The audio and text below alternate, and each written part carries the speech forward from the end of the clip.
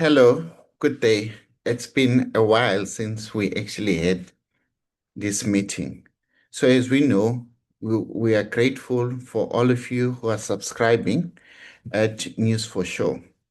What now we're going to be dealing with is we are actually going to expand in joining the dot. Joining the dot, it's not just name dropping people, but it's about creating or bringing to your attention a series of information and events that now shows you and supports the narrative that we want to advance with relation to the Senzomiwa case. We, as News for Sure, we're doing analysis to say, in the Senzomiwa case, there is definitely the defeating the ends of justice. There is definitely a cover-up. When we say a cover-up, we're saying there's a deliberate way where people, law enforcement officials, as well as eyewitnesses that were on the crime scene or inside the house, that have deliberately withheld information from the court system. When we say that there's a cover-up, we see that when NPA has introduced to us a concept of a prosecutorial-led investigation, which means that a prosecutor will always be asking questions. So that means that the investigation will be ongoing even when the case is in court. Now, this cover-up, it's not just a simple and a straightforward cover-up. It's a systematic failure of our criminal justice system. What does this mean? It actually comes to anchor or to agree with what General Mkhwanazi has said on the 6th of July. What does it also say? It also says to us that maybe Suspect was right about his post that he was constantly posting on YouTube. That means that some whistleblowers that are coming out with credible information that's correct. That means the gentleman that came to Ado Committee to narrate a story of General Mfazi is correct.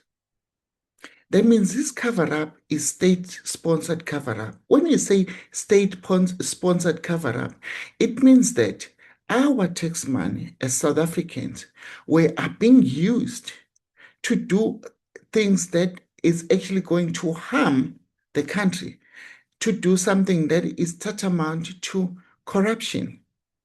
Yes, I did say corruption because our law enforcement officials, which is SAPS, are monitored, are being watched by a unit which is called Independent Directorate Investigation Unit, which is known as IPID. IPID has been in the news recently for what? For finally conceding to a court judgment to declassify a famous Phala Phala report. But what we didn't know about IPID that went under the radar is that IPID has released a report in the investigation of a deputy commissioner. I think it's General Musigil. Yes, the same general was the acting provincial commissioner during the killing of Senzo Mayiwa, at least in 2014, October 26. Yes, the same general that called General Sibiya to come on a crime scene, who General Sibiya was the head of Hawks in the Gauteng province. Yes, I'm saying that it's the same General Sibiya that Paul O'Sullivan that says that he's a man of integrity. If General Sibiya was not fired, he was not going to be arrested. But it is General Sibiya that is currently on the news, is in the center of the Madlanga Commission. We all know in the July 6th of General Mkhwanazi that says there won't be a peace between a police officer and a criminal. Now we know that those words were uttered by General Mkhwanazi towards General Sibiya. Now, he still needs to come and testify more in court. But I can tell you what, with what little information that we heard about General Sibiya, It looks like in Madlanga Commission, there is very detailed information about it. But what I'm interested in a side of General Sibiya that relates to 2014, the 26th of October in Vosloorus. Warrant Officer Makubo told us that he was called by General Sibiya to actually assess the crime scene. Yes, the very same crime scene that the EFF member, Honorable Matthys, says he was there.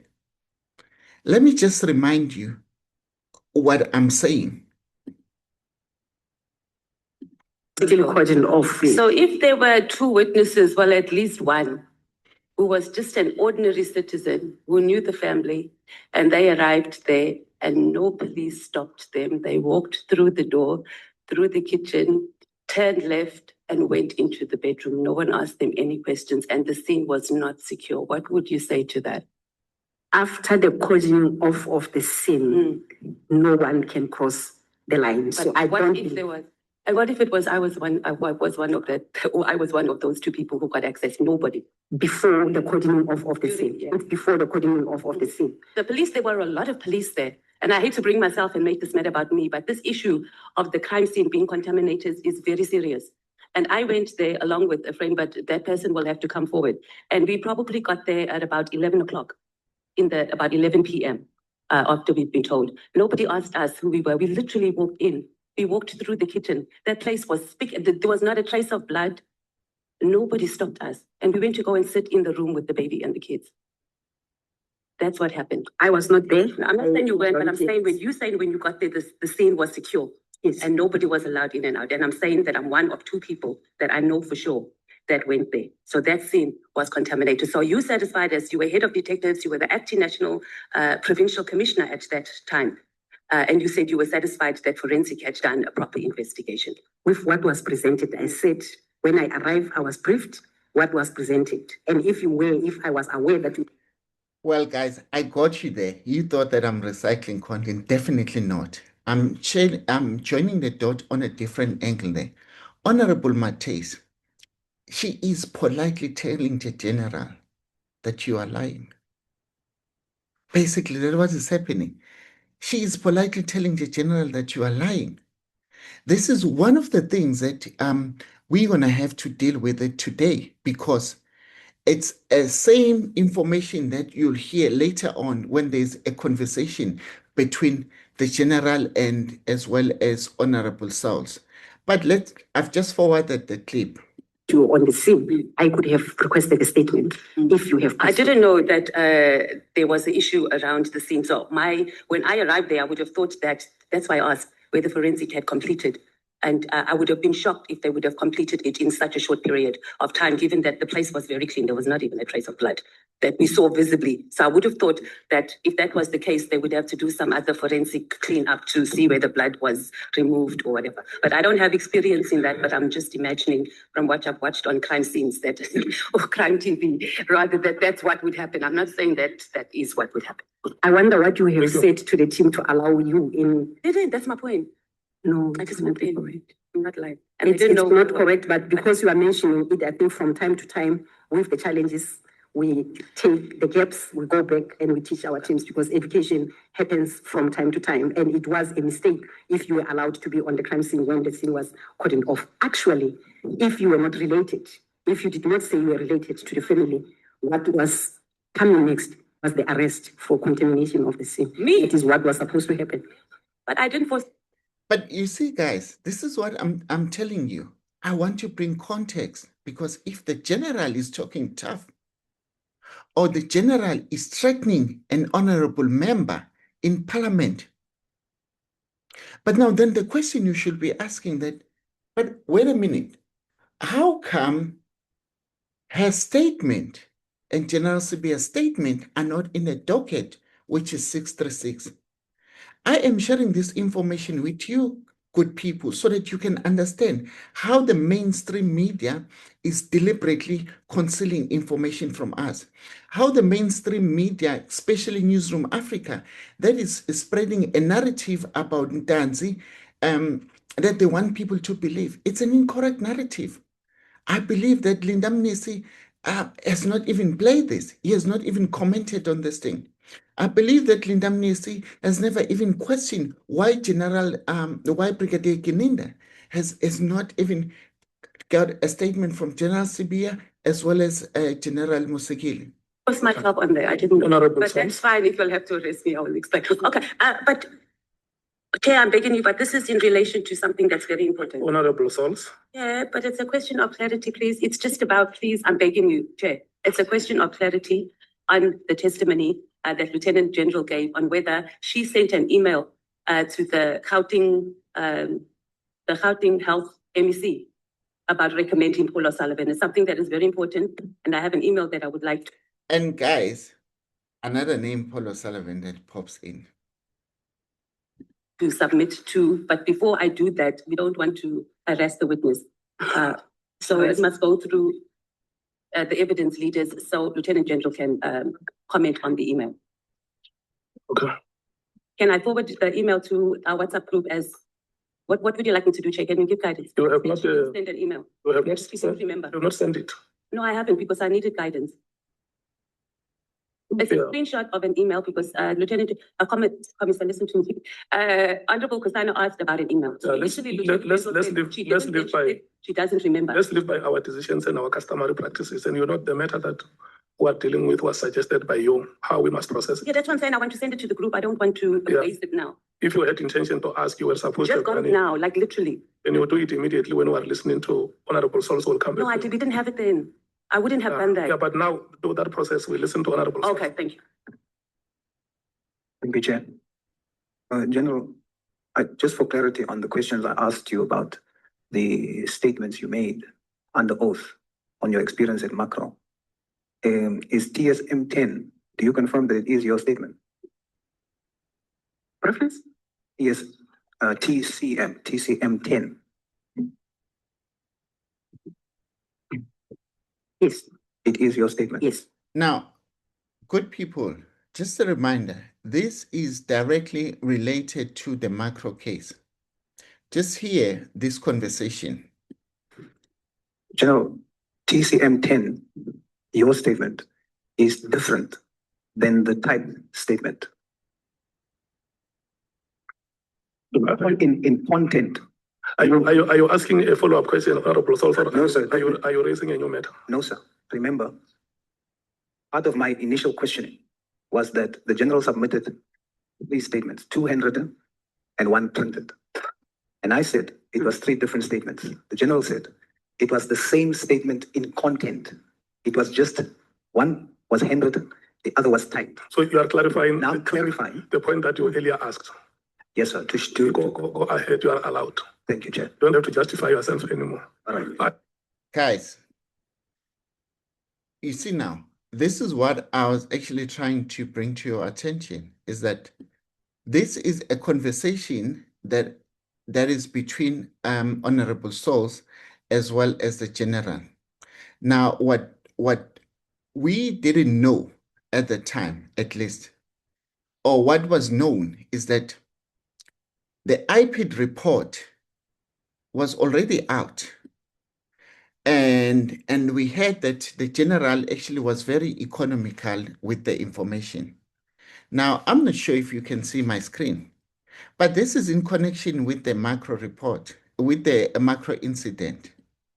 Now, IPID, let's look at the date, guys, good people. Let's look at the date. The date is what? Is the 29th of October. If you then read what the IPID report says, it's addressed to the acting minister. Let's zoom through. The report is addressed to the acting minister. What do they say? They're saying, here's a progress report for you to note with relating to Lieutenant General Musekile. The purpose of this information, is information note, is appraisal of Honorable Minister on a progress made on the investigation relating to the allegation of General Musekile. A background of the complaint, it says they've received the complaint through Executive Directorate, which is news media article where it says a rogue top cop in a 10K bribe to withdraw a case. This include Lieutenant General. This include a picture of Lieutenant General Musigil. Now, the article alleged that the general attempted to purchase goods illegally at Macro Store through an unofficial means. It further claimed that an individual who was promised to facilitate this illegal discount purchase defrauded Lieutenant General an amount of 10,000 rand. So what does this mean? It means that you try to buy something illegally and you get robbed. So the general was scammed. My goodness. So now what is important here is that this is a discussion around the case, basically. Let's see on page 2. What do they say? IPID, then you guys can actually pause this thing and actually read. But then now it appears as if when we pay attention, they say, during the IPID's investigation, guided by the sort of the SPP information gathered, upon considering of evidence, it advised that the conduct of of the general gave a rise to a prima facie. Prima facie. That's what brought Schabir Shaik to court. Prima facie. That's what made the former president to resign as a deputy president, prima facie. It's a very serious thing. Now, we can see that the report has a recommendation that there should be consultation with the state prosecutor based on this prima facie evidence, basically. So now, and then the report was signed by Dr. Bila on September 3rd, 2025. So these good people could mean that the information that we got in Parliament during the ad hoc committee may have not been factually true, or may have not been a reflection of the truth.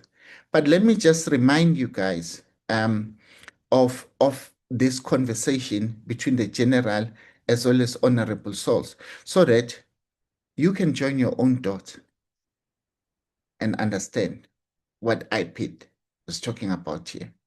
I'm just trying to make sure that you're not raising new matters, but it's a clarity-seeking question. Yes, sir, it's a clarity-seeking question. Thanks so much. The General, you just confirmed that TCM10 is your statement. I still confirm this. It is materially different in content to your typed statement. If the material difference can be explained, Yes. but I'm going to explain again the difference between Yes, the type. The type statement is not meant for the docket. It was the extraction of the first statement that is before the TCM10. TCM10, the other one is TCM9. yes, that makes it even worse. It makes it even worse because the handwritten statement number 1 Yes, is similar to the printed statement. yes, The second statement, handwritten, that you also say it's yours. yes. I'm saying those statements in content all by yourself is materially different. You asked me to explain the difference. Here's the difference. In TCM10 that you confirmed is yours and done by you under oath, Yes, you say you met Tato at Mekro. You further go on to say you left Mekro and you heard a voice say hello. When you looked, you saw it was Tato. You went into the other shop, not Mekro, some plastic shop. When you came out, Tato met you at the exit. Then yourself and Tato had a conversation. Then yourself and Tato left to have something to eat at Burger King. After having something to eat, he asked you to drop him at the gate of Mekro. When you dropped him, he ran. Then you realized your belongings was gone. You tried to chase after him, you couldn't find him. That's TCM10. The printed version of a sworn statement now also says, you met Tato at Macro at the door. Tato accompanied you in to assist you doing your grocery shopping. Then you got to the line at the cash register. You realized your purse was gone. So was Tato. The entire Burger King and all that is not in that statement. So I'm submitting to you based on what you have given us. There's two statements under oath, different in content. Can I respond? Please. I have explained the first statement. Let me refer to the type statement because it's the same statement as the first statement. I have given, looking at the issue of the loss of property. So it was a shorter version. Investigators then requested to give step-by-step account of what happened, hence the supplementary statement. And the two statements were kept in the docket because the other one was the expatiation of the first statement that was short. And I don't see where I met Tato at the door on the statement. I said I met Tato in the shop. There is no door on the type statement. There is no door that is mentioned. But if that is what the member is saying, given the shorter version of the statement, which was also explained that the shorter version was given, and given the investigation process, I then have to expand on movement by movement that I have undertaken. You are a police official. You know that when you state a version of events, you must state the version of events as it happened. You don't do summary versions of your statement. Paragraph 59 says that you say, I made a subsequent handwritten statement to the SAPS investigator in addition to the first statement on 6 August 2024 regarding the theft. And that's TCM 10. In addition, you're saying that the added details should have been now on the second written statement, the added details should have been on the printed one. Because the printed one now is what you're saying, here's the final one. And I'm saying the content is not the same. I never said that. Let me just ask you this, and then I'll finish. Because now you are saying, I said, it is the final. It's not the final statement. It's the extraction of the first statement. That was made for the loss file, not the docket. It is the same statement typed for the purposes of the loss file. Is the printed statement the same as TCM 10? As the first statement. Is it the same? A shorter version of TCM 10. So it is different.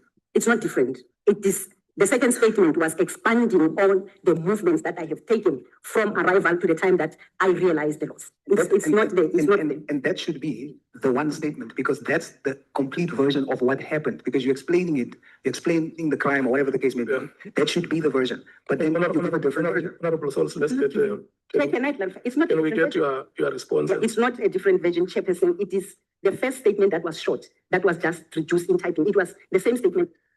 Good people. All that we're trying to do as News for Sure, we're trying to say to you, at least the conversation is taking place on the 3rd of March, 2026. We know that the head of IPID, Dr. Bila, had signed a report on the 3rd of September, basically. And is it 3rd of August or 3rd of September? I must just double check that because it has a lot of information. It's a 3rd of August. It's a 3rd of September. Remember, I showed you that the report basically for noting, whoever writes it, he writes it in August 29, 2025. And it gets to be signed and approved internally by Dr. Hlengane Bila, which is the acting director of IPID, on the 3rd of September, basically.